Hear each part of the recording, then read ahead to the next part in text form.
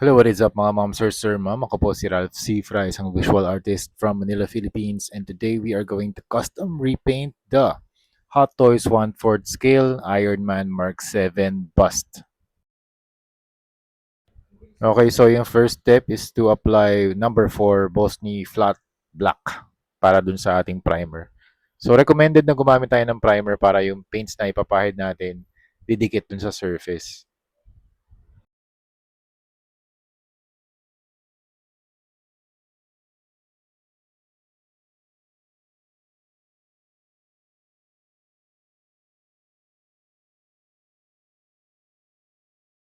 Yan. So, ito na yung appearance niya after spraying flat black. Siguro mga 2 to 3 thin coats yung ginawa ko dito.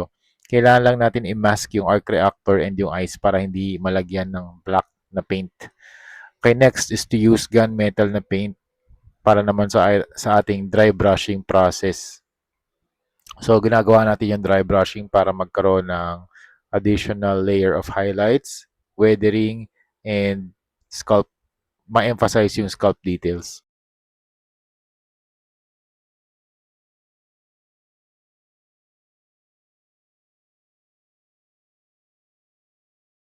Okay, so ito na yung appearance niya after dry brushing layers. So meron tayong tatlo nito, isang original tsaka dalawang KO or bootleg. Yung original nga lang medyo faulty yung wiring, pero same yung process na gagawin natin. We are going to do a Punisher themed custom repaint.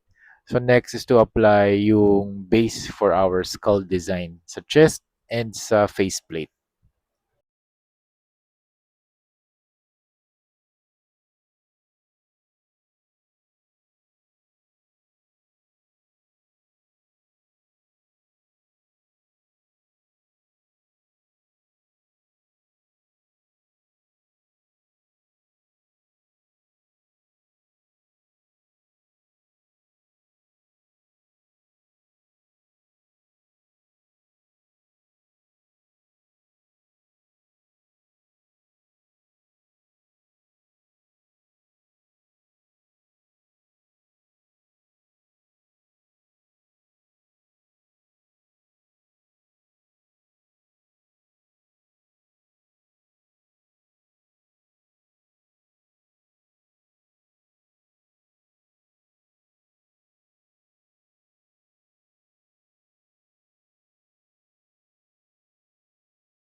Okay, after 2 to 3 layers of white, medyo opaque na yung white na base natin and we are going to apply yung skull. Uh, Pwede na tayo mag-paint ng eyes and nose and teeth ng skull.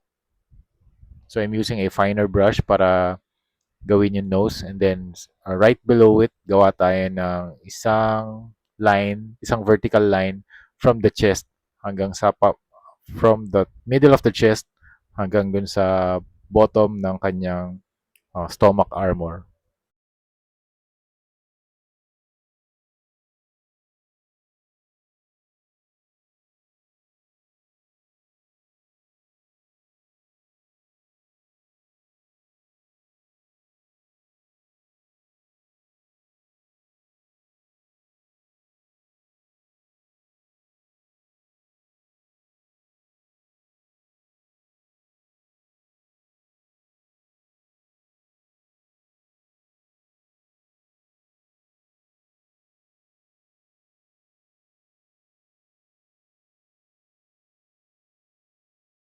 So yun, nagawa na natin yung skull and yung teeth, pati sa face, nagawa na rin natin. Ngayon, we are also going to use a black paint para naman mag dry brush doon sa skull na part. Para hindi sobrang white yung armor, yung skull design.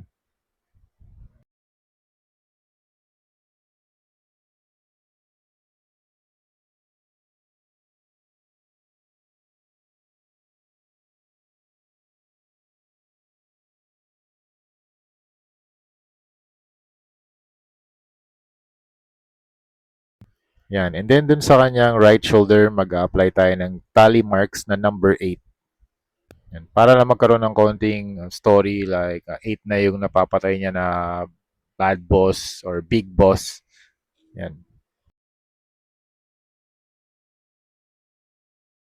And then after that, we are going to use Dwarven Rich Gold and Dragon Gold para naman dun sa mga ibang sections para magkaroon tayo ng color separation.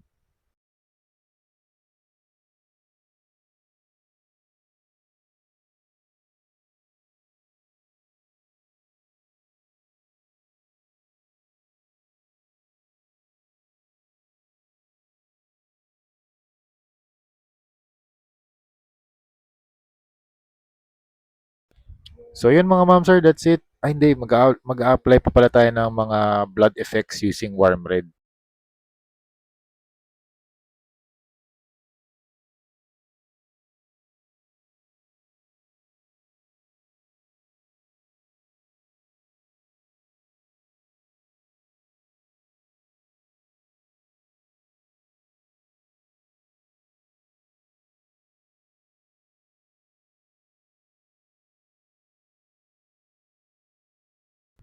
So yun mga ma'am sir, yun ay ating tutorial for the Iron Man Mark 7 Hot Toys custom repaint na bust.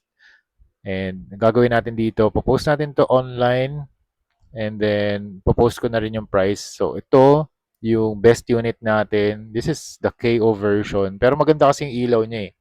In terms of sculpt naman, syempre maganda yung original.